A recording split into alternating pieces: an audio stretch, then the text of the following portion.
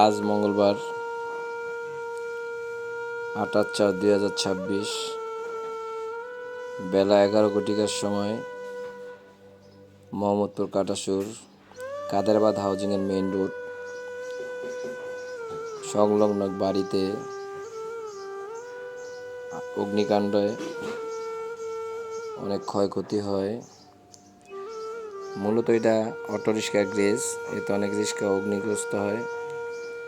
এলাকার লোকজন, fire brigade এরা সকলে মিলে আগুন নিয়ন্ত্রণে আনে। এরপর